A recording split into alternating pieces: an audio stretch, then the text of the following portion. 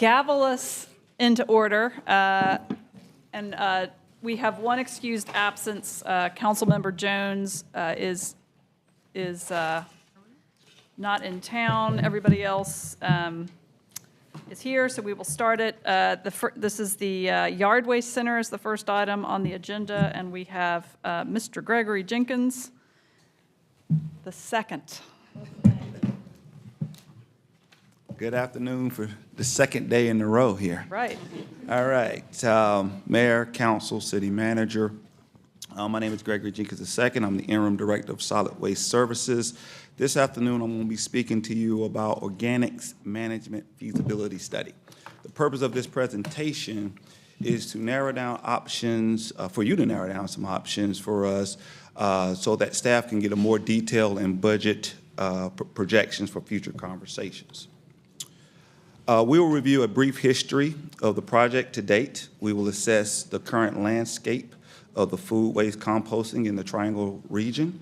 We will be sharing processing and collection option considerations, and we'll be closing out with a request from council for guidance to inform the next steps. And then we will open it up for questions and discussion. A little bit about the background. The official request to include food waste composting into the city's waste stream began in 2023. We contracted with SCS engineers and began a feasibility assessment in February of 2024 to identify proposed options for including food waste into our collection and processing operations for solid waste services. The existing landfill collects over 99,000 tons per year. Nearly 25% of the waste is food waste, and that's based off of information from Wake County and the EPA. The current landfill is estimated to have a lifespan of 20 years or less before it reaches capacity. Conservative estimates that a potential to divert 6% of food waste could happen annually. This could extend the life of the landfill, providing financial and environmental co-benefits to the city. The current landscape presents significant operational challenges in efficiency and effectiveness to collecting and processing food waste within the county. The city does not currently offer food waste collection services or operates a food waste processing facility. The Yard Waste Center has been identified as a likely location to bring food waste processing online, but it will require a significant site improvements and technology upgrades. For collection, Wake County has 2 to 3 food waste drop-off locations with limitations for use. Residents can opt into a subscription service for curbside collection through a third party for a fee. The processing for local compost vendors, Wake County, the town of Cary, et cetera, currently take their collected food waste to Brooks Contract in Goldston. Now we will transition to considering the process required to incorporate food waste into our collection and processing to the city's service offerings.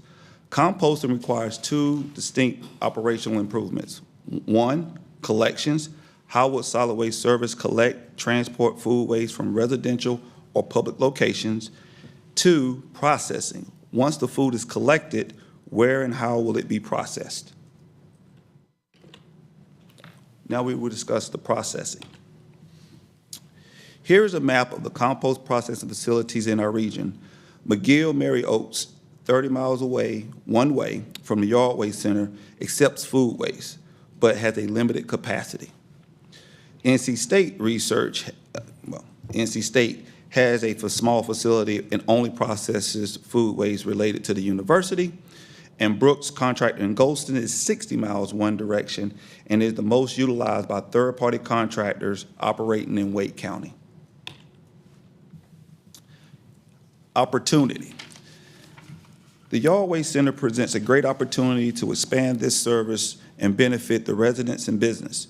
If the city moved forward with upgrading the Yard Waste Center as a food waste processing facility, a significant gap will be filled while reducing vehicle miles traveled for transporting food waste out of the county.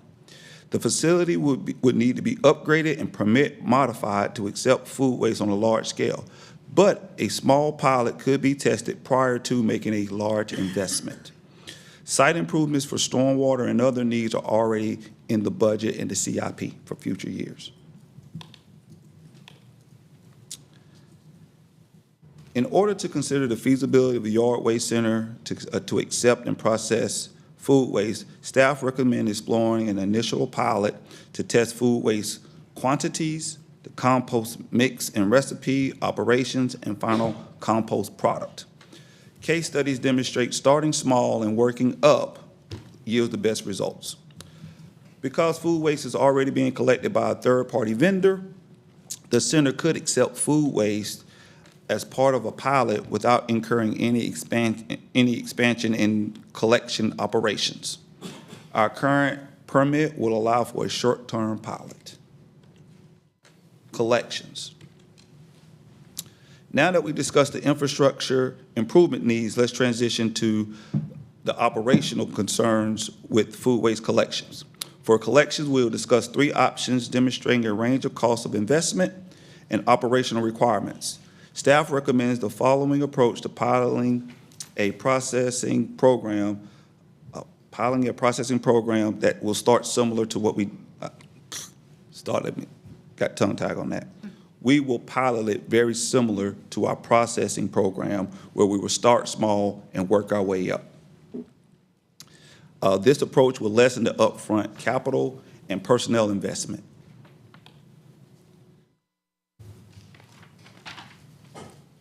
The city could install a food waste convenience site strategically located throughout the city. 18 to 20 locations could fully cover the city and yield the desired collection amounts. Servicing the bins could be managed by either the city or a third party. The next option would be to establish a contract with an existing vendor that already has curbside subscription services to residents. This would be a benefit to the city for offering a local processing at the Yard Waste Center, and the city would benefit by offsetting the need to expand operational expenses. The city, and the third option would be for the city to, which would be also the largest, would be to actually collect curbside, which would be a huge investment. In order to accommodate curbside collection for the best practice and management, solid waste will need to acquire and distribute a 4th bin to each residence. Adding a 4th bin will require an assessment to impact staffing, routes, vehicle infrastructure, customer service, and more. So our request in front of council today is to help us by giving us a little direction in which option do you want us to further explore. Questions and discussion. All right. Thank you so much for the presentation. Councilor Harrison. Yeah, thank you so much. Really excited to see this study done and to see the various options. This was one of my first requests when I came on council, and just to understand what are some of the challenges and opportunities to start collecting our food waste. I just want to note, again, 25% of what is going to the landfill is food waste. That's 25,000 tons per year. It's crazy. So I think there's a lot of opportunities to be more sustainable and hopefully also reduce costs and lengthen our time for that landfill. I know Marshall thinks I'm going to create a mutiny if we get rid of trash from every week, which she might be right. But if we start with something that is more reasonable in terms of helping folks get reduce their waste, then we might start seeing a change. So I'm just really excited about some of these opportunities, the pilot. I was looking at the memo that came from the third-party consultant, and it looked like they were recommending scenario 2, which was a separate food waste collection going to the Yard Waste Center. Can you tell me about what they're recommending and some of the reasons for that? So one was, so there were, first, let me say that there was a lot of options within the full feasibility study. I don't remember each one of those. My brain was still on the budget. But I think one of the options that they did recommend was a combining of yard waste and food into the same bin to reduce, not to add another bin. But then we run into problems with how we do mulch and compost out there currently, right? And then that would create a whole nother process.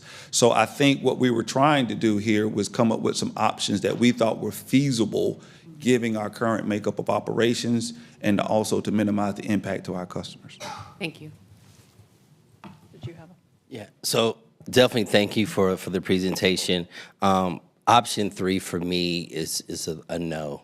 I'm really looking at option 1 or 2, and the reason for 3 being a no for me is I think budget-wise, as far as growth and the scale in which we're growing, it's a heavy lift. Also, I think our residents are canned out as far as the number of cans we're receiving. And then my other issue is on the collection side, contamination.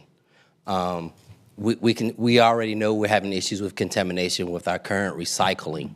And I feel if we say, hey, this is just for food, people are going to throw in there what they want to throw in there. Yeah. And then that brings another additional workload. So those are my reasonings for not feeling comfortable with option 3. I would be comfortable with a hybrid between 1 and 2, though, where we have drop-off locations, plus there's a third-party option. I know this is a pilot, and that may be something long-term, but that's kind of where I land between these 3 options. Great. Counselor Silver. Well, first, thank you for the presentation. I would support the drop-off location. Many places that start composting, not saying all, these are committed residents that understand the need for addressing the waste stream, and you have to be intentional to, 1, put your food waste in a receptacle and then take it to a drop-off location. If there is high success for the drop-off location, it seems like there is support to look at the next step.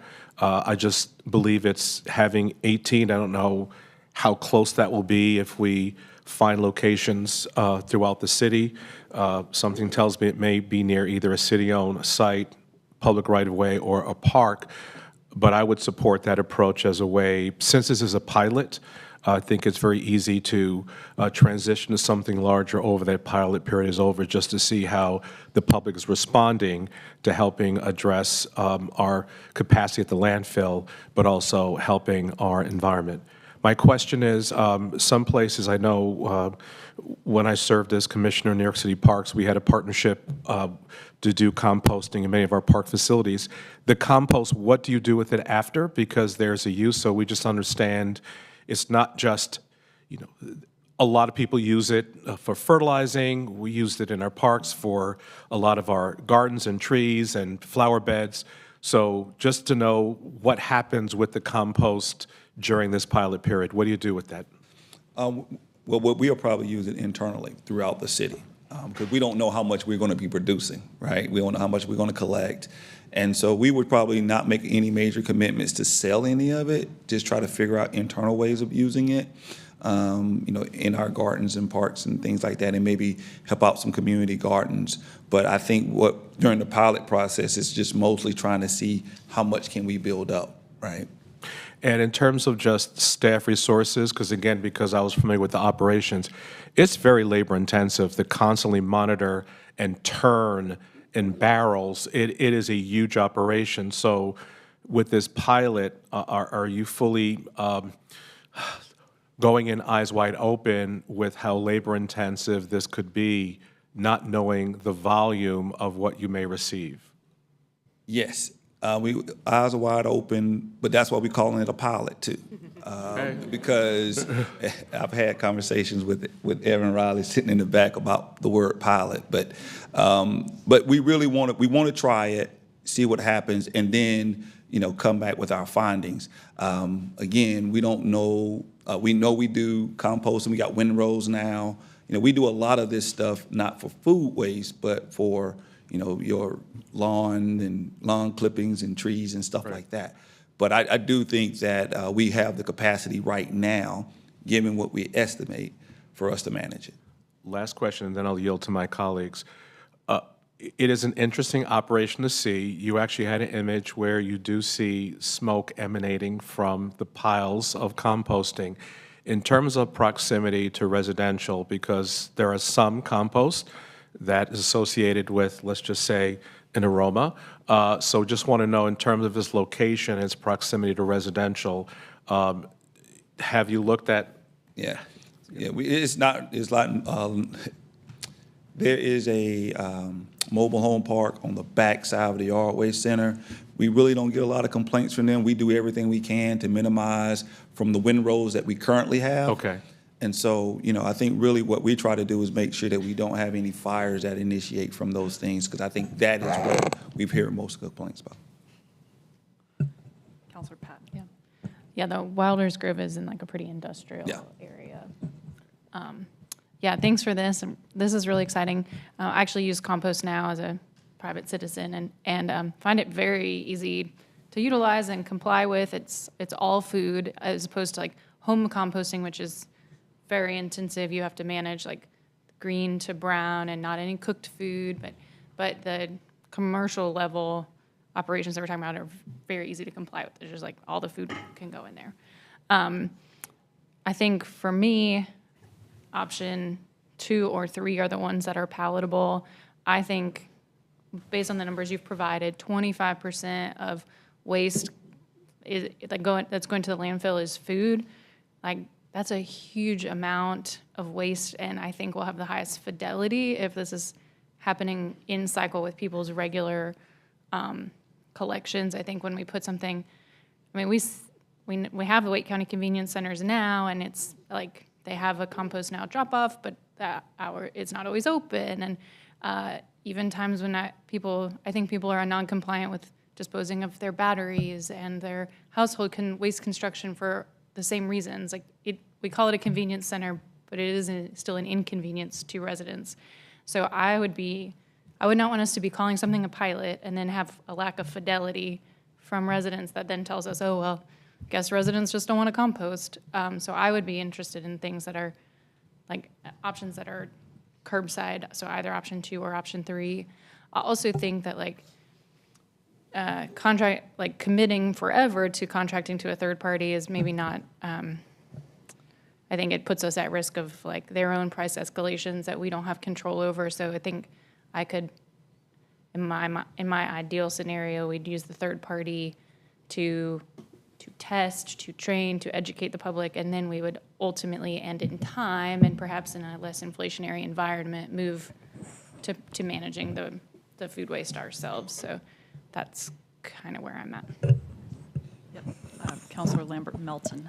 I just wanted to add, I agree with a lot of what I'm hearing at the table. I think knowing it's a pilot, we want to be able to collect as much data as possible. So I agree with Councilmember Branch that maybe a hybrid option between options 1 and 2 could be good. That way we have the data from doing the collections piece and then the drop-off piece, and that may help us make an informed decision about whether we want to ultimately take it in-house in the future. The only thing I want to say is, probably echo Councilmember Branch as well. I think about the way some of our smaller, older, more established communities are set up. They really just cannot have, they don't have the space for another cart probably around the house or either to put out on the curb. It would be interesting to see how many people participate if you did have that service, but I just don't see how we can feasibly put that into place right now. I'm in agreement with trying to do a hybrid between 1 and 2 just to see, how it works going forward. And then, maybe in the future, we give residents an option. Like if you want to have the additional service, you opt in for a nominal fee to get a cart, and then you're committing to being able to take it to the curb and do all that stuff. But that wasn't the option that you brought us today, because I said if that was the option, if people wanted to do it, we just let folks opt in, pay for a cart, and then how many people wanted to participate. But that would really be my preference, but that's not what you put in front of us, so. Yep, Counselor Patton. Sorry. I'll just add in, I don't know if you can go to the Compost Now slide that you have. If it's helpful for folks, like the little bin it's very small. Like it's not a roll-off cart. So if maybe that makes that a more palatable option for these smaller communities. Like it's not another bin that you got to put in your backyard. It's just kitchen sized. And I will say as a user of the service, to the point about an eventual cultural shift away from landfill waste, it does leave our regular trash very dry and not smelly because it doesn't have food in it. So we sometimes don't even put out our landfill trash except every other week just because it doesn't fill and it doesn't get stinky and rancid. And I know we're not every use case, but some people have baby diapers and stuff like that. But by and large, because our food is going elsewhere, our landfill trash is staying dry. So, but anyway, I just wanted to make sure everyone had seen that. That's it's a really small bin, so it might make it more palatable to address that concern about the size on people's yards and stuff. So I'll weigh in too, but I'm very excited we're talking about this. It is of great importance to divert all of this. I would probably go with I can't imagine doing a whole other roll. I even with the smaller bin, that seems like a lot. So I kind of like the other the drop off and the third party myself as well. I do think where you do the drop offs, I would agree with Councilor Patton. Like going to a convenience center, like that is an hour round trip for me. There's just no way I would take food waste up there. But like if you had it at the farmer's market, at lots of different convenient locations around with some knowledge of citizens and obvious, I think that could be very successful. So I'm glad we're looking at this and open to the best practices on how to collect this data. But thank you.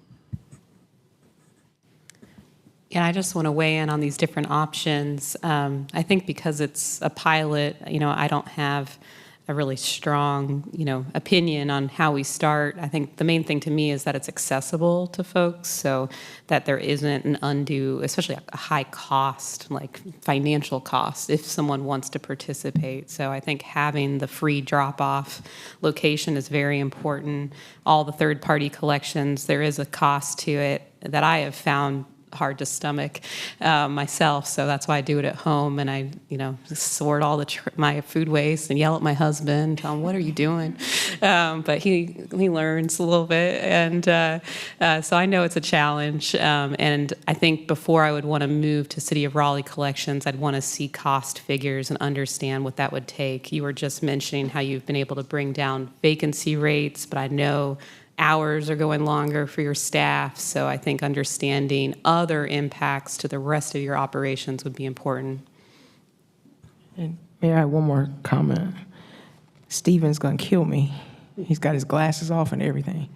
But maybe considering like a partnership with parks, and so you'd have a place. So because there's so many parks in Raleigh, and they're pretty much close to every community.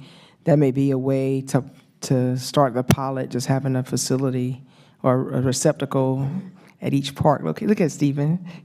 Where's Chief Boyce? I'm gonna need an escort out the building today. But that may be something to give some consideration to, maybe doing some type of partnership with the park system, since that would be a convenient location for most residents. It's just a thought. Just one last thing, because I know you weren't in your role this time. We did a pilot for clothing and materials. So as you're going through this pilot, I would look at that data and that information as well. We did a pilot, went through it, and we're not doing it anymore for the obvious reasons, based on the data information. So I just want to mention that as something that you can pull from a previous pilot where we try to pull trash out of trash. Right. Okay. All right. Thank you. Appreciate it. Yeah. Okay, so next we have loose leaf collection.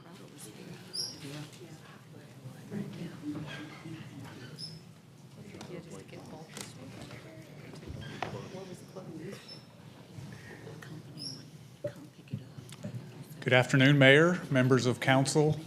My name is Steve Halsey. I'm with the Department of Transportation. I am the Assistant Director over the transportation maintenance functions. So I oversee the street maintenance operations, stormwater maintenance operations, and of course, leaf collection. Happy to be here today to have a discussion about the city's loose leaf collection program and discuss some options for the future of the program. Today, we will cover the challenges with the existing loose leaf collection program. I'll provide you with an overview of the current program. I will also provide an overview of the current yard waste collection program. And again, we will talk about some options to consider for the future of the programs. The leaf collection program has certainly had its share of challenges and is probably the main reason why I'm here today. So what are those challenges? The demands of the loose leaf collection program outpace available resources. There have been no significant changes to the program since 2011. This has led to the time between scheduled pickups increasing as the program grows. Collections that happen, yes? Could you also just say, when was it inception of this program in the city? So I have done extensive research in city council minutes going back to the 70s, and it references changes to the program, but I was not able to find any definitive data on when it started or why, unfortunately. Thank you. No problem. So like I was saying, the time between scheduled pickups has increased as the program has grown. Collections that happen early in the schedule can happen before leaves fall.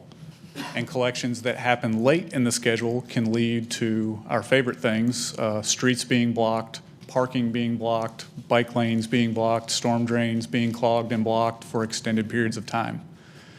So all of this continues to lead to dissatisfaction with the residents of Raleigh. Between 2010 and 2023, the loose leaf collection program has added an estimated 14,000 new collection points through the addition of over 14,000 new single-family homes.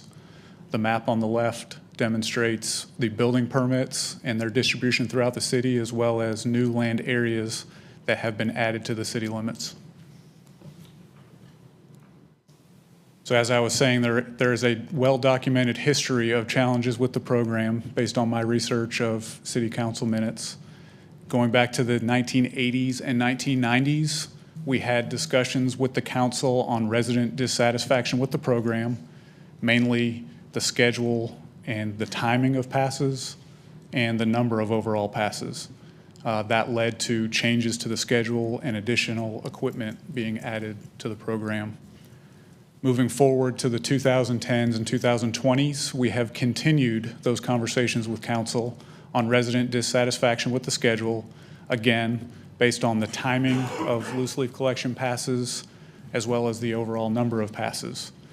Staff has provided enhancement options over that period of time, but no significant changes have been made. So just to give you a little bit of an overview of our current program, as I said, this program is delivered by the Department of Transportation.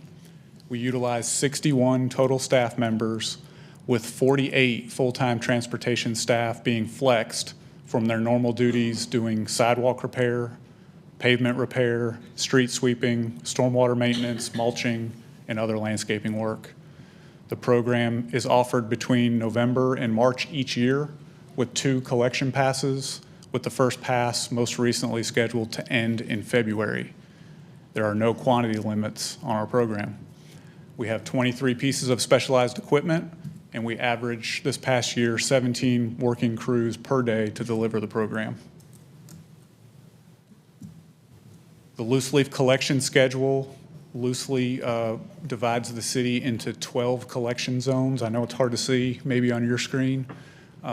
But those 12 zones have 10 subzones each, and we start in one zone every year. We work clockwise around the city to deliver the program, and we try to rotate the starting zone annually so that we're not starting in the same place every year. So how much do we collect each year?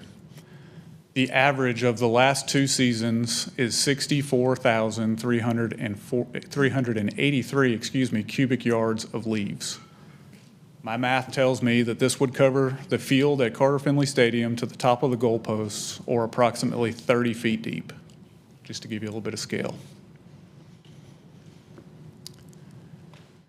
Schedule influences and drivers. Again, the growth of the program continues to lengthen the overall loose leaf collection schedule.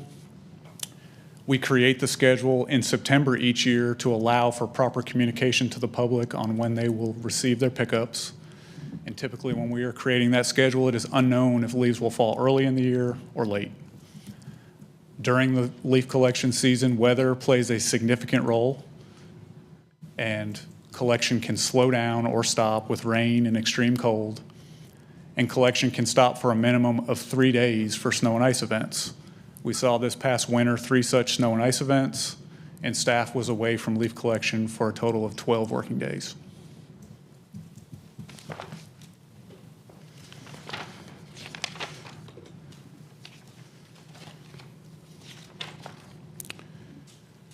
So what is the current yard waste collection?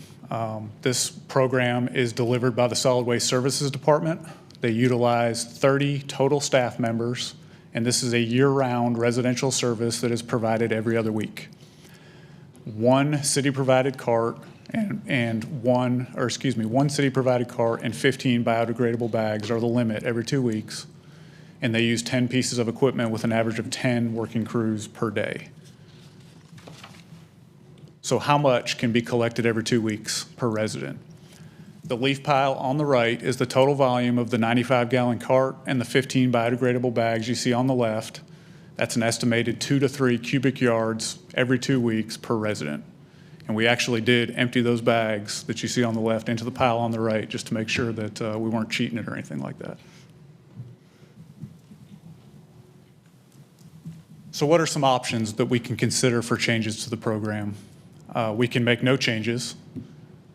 We can look to enhance the existing program. We can look at privatization, or we can look to transition the loose leaf collection program to an enhanced yard waste collection program. Starting with no changes to the existing program, demands on the program will continue to outpace resources.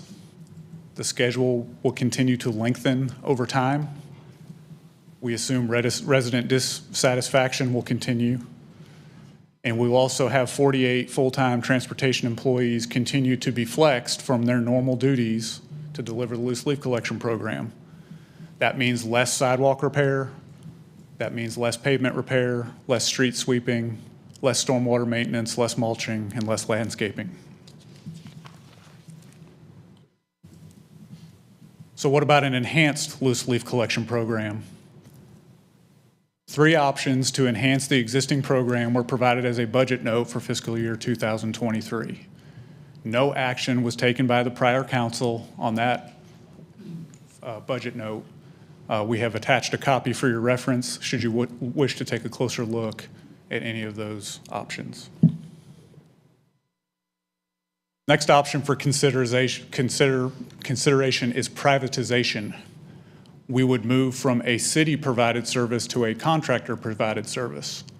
There is a new example of this model that was implemented in Henrico County, Virginia in 2024, and they use a call-in, on-demand model for that service.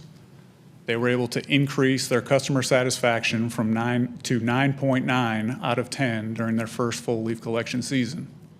However, it comes at a price. It will require a significant new investment in the leaf collection program to deliver a service like this. It would also require a significant communication plan to change the way that we deliver the service.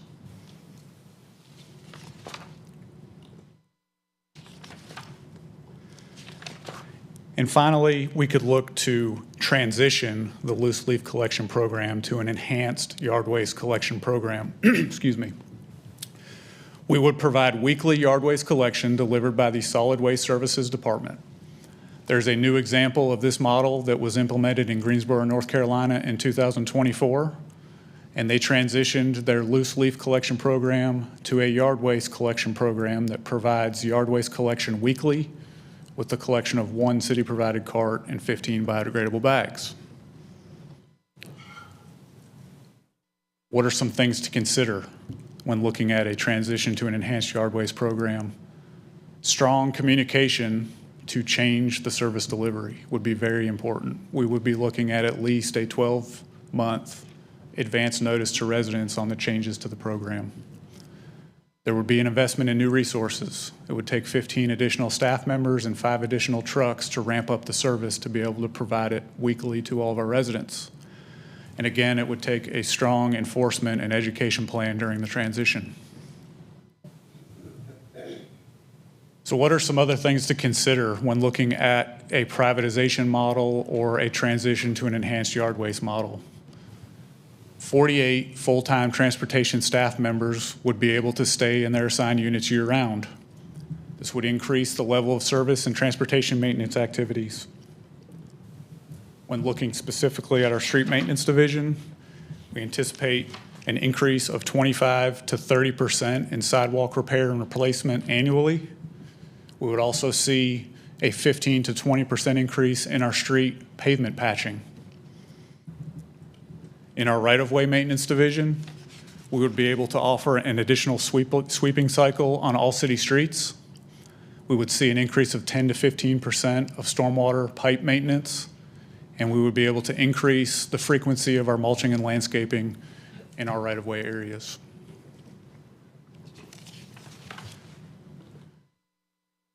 This table represents a summary of the options that we talked about today, starting at the top with no change to the existing program, followed by enhancements to the existing program, followed by looking at a privatization model, and finally a transition of the loose leaf collection program to an enhanced yard waste model. At this time, I thank you for your attention today and would like to open up the floor for any questions or discussion. Thank you. I'll start down at the end. I just have a question. So if we went to the fourth option, which would be the weekly pickup, that would just be seasonal, right? For the time period that people would be using? I think we could consider both. But what we presented today would be a year-round option, Okay. Which is what Greensboro did. But certainly, if the council so desires, we could also look at an option where it would become seasonal. The only questions there would be communication to the public on when that change happens and when it stops. But it almost be like you do now, like you communicate when you start with the trucks going down the street, picking them up, so That's it'd be correct. something similar, okay. Thank you. Yes.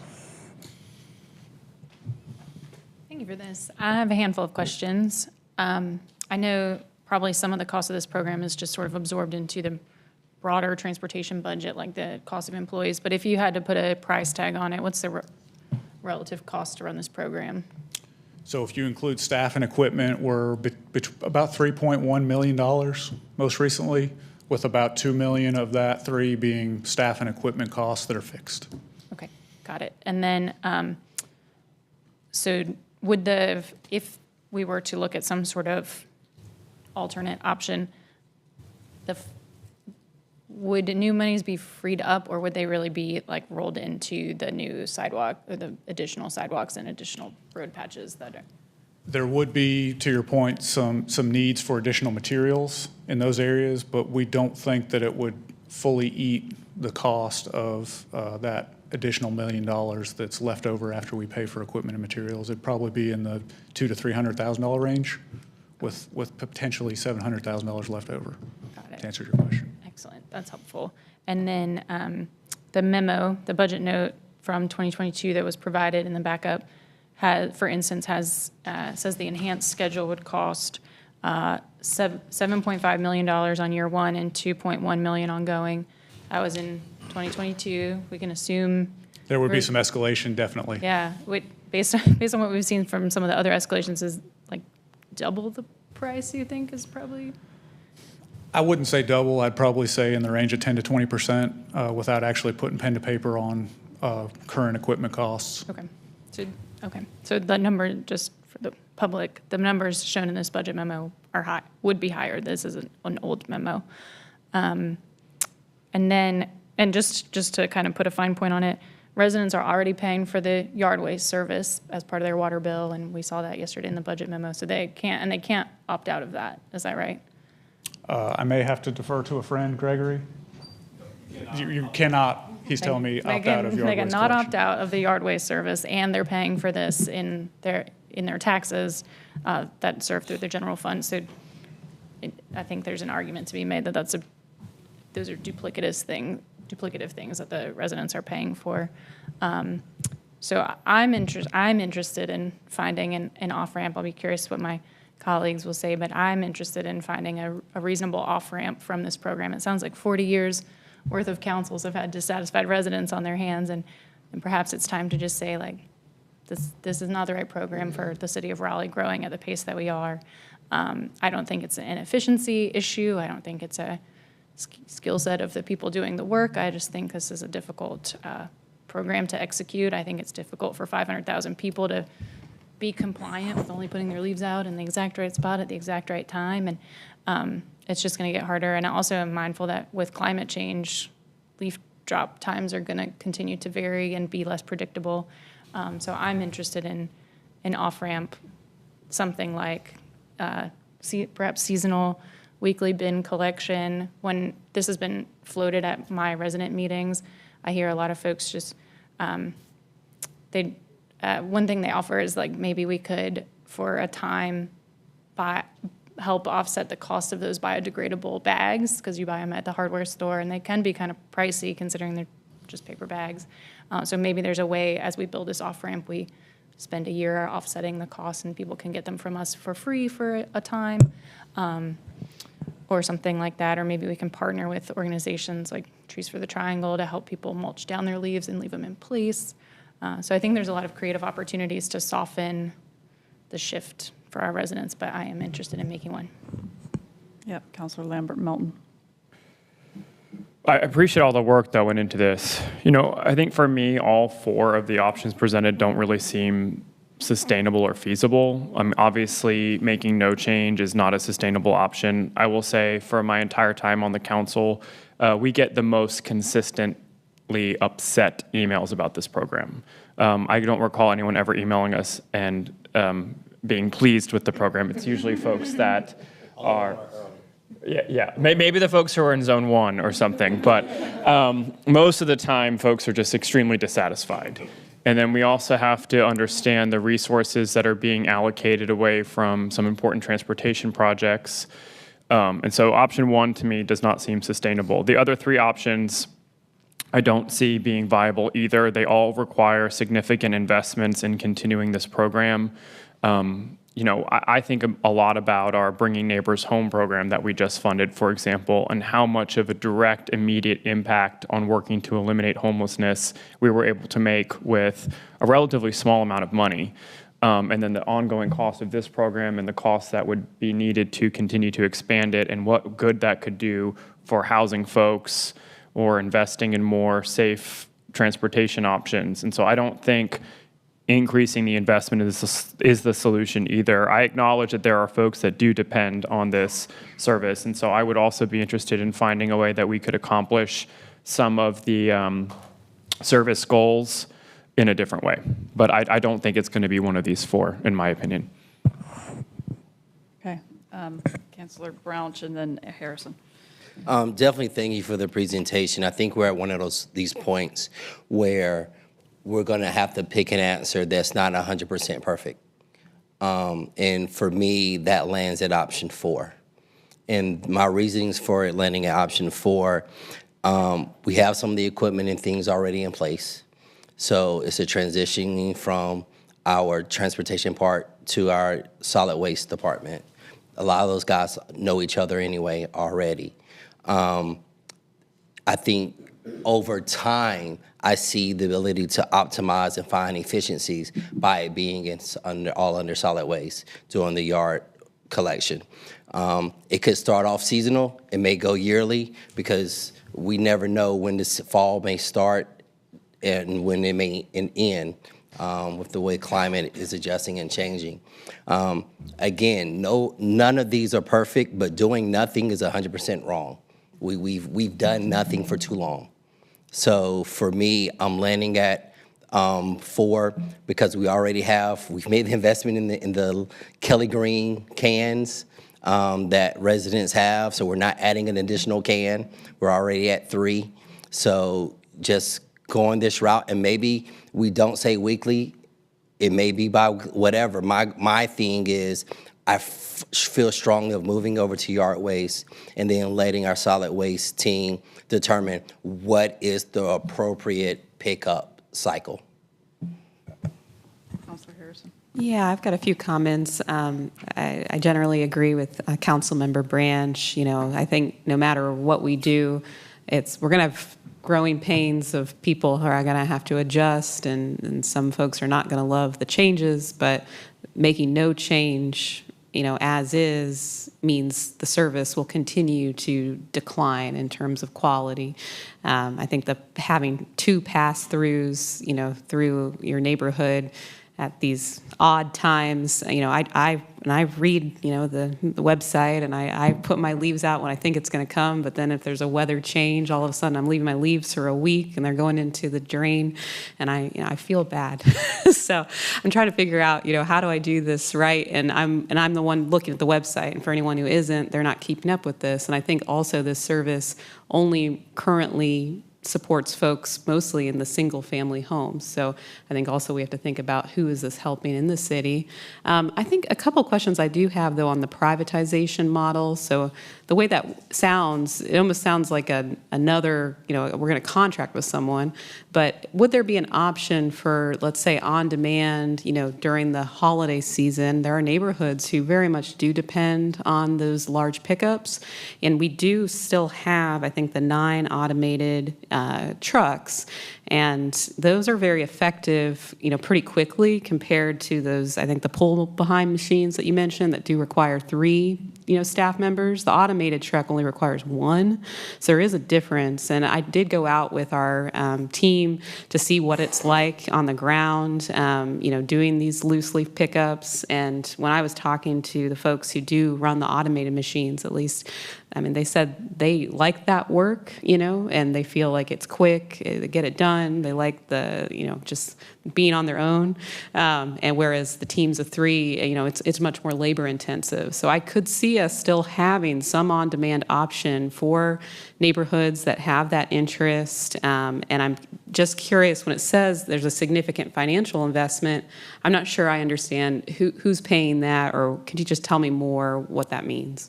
Yeah, so the privatization model that I spoke about in Henrico County, it comes with a very significant expense. It's a fully privatized system in that all of the collection requests go through their call center or their app. So it's basically a turnkey. They 100% take the program over for Raleigh, and we would pay for that service through whatever funds would be available, should that be the desire of the council. So that would be a contracted service. So is there also an option where we could have some on-demand availability? Is that feasible? We discussed it internally briefly. To your point, there is some equipment. I think the logistics part of it would be, does that become something like a bulky load? Do we set a limit on the number that we can collect on any given week? And if those appointments free up, then that's it. Otherwise, I could see this potentially snowballing right back to where we are, where everybody wants a bulky pickup every month. So we got to be very careful, I guess, about where that line is if we do explore that a little bit further. Thank you. Counselor Silver. I agree with Councilmember Lambert Melton. It's unsustainable, but I very much agree with Councilmember Branch that we have to do something, and the enhanced yard waste, the 4th option, is the one I'm leaning toward, but I like a suggestion about maybe not weekly, but biweekly. This is an issue that it seems like it's been passed on for a generation, and it bothers me that our transportation staff that are supposed to do other needed services have been handicapped. That bothers me. Also, to me, it's not just about single-family homes, it's catch basins, it's bike lanes. I don't want to personalize this. I'm a runner, and I'll tell you, there's one street in particular on Lead Mine where I live where it's impassable. And I have to run into the street because it is so thick and so deep, and in some cases wet, that it becomes a tripping hazard. So to me, this is something we have to pay attention to. Clearly, I think we're all concerned about the cost, but that decision has been deferred because of cost, and I think we just have to figure out how to, over time, integrate it into our normal operations. But to me, this is something that is quite important. We're a city that values trees, and this is one of the implications of having a heavy canopy trees is that those leaves are going to fall. So this is one of the implications of dealing with it. And also, I want to make sure we get those sidewalks repaired, we get those streets patched, we get all those other services for stormwater that we want that staff to handle. So I'm open to exploring some modified version of option 4, because to me, it's one of just a public safety matter as well.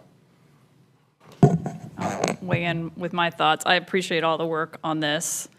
And I will say, I've also learned that changing garbage collection will get, I have people that are mad at me still 20 years later that I see in the coffee shop. And, so it's, I wouldn't, we think they're mad now.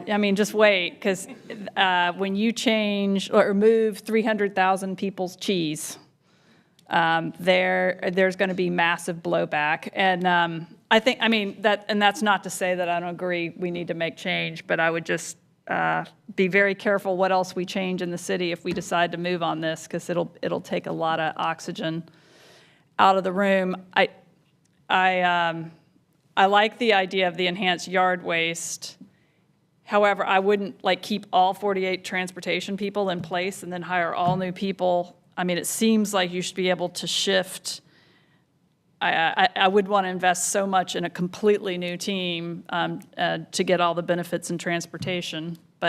And then the other is, going back to Councilor Harrison's questions, I think having an option for people to pay, like they may be paying for bulk pickup now, because some folks are just not going to, fundamentally, how do they even deal with this? You own a house, you've got an acre, it takes you weeks to rake them to the curb now. There's no way, bagging them is going to be really challenging. You're not even going to know where to turn, and there's going to be a panic of not enough private service providers. A lot of people, there's a lot of horrible service on leaf raking now.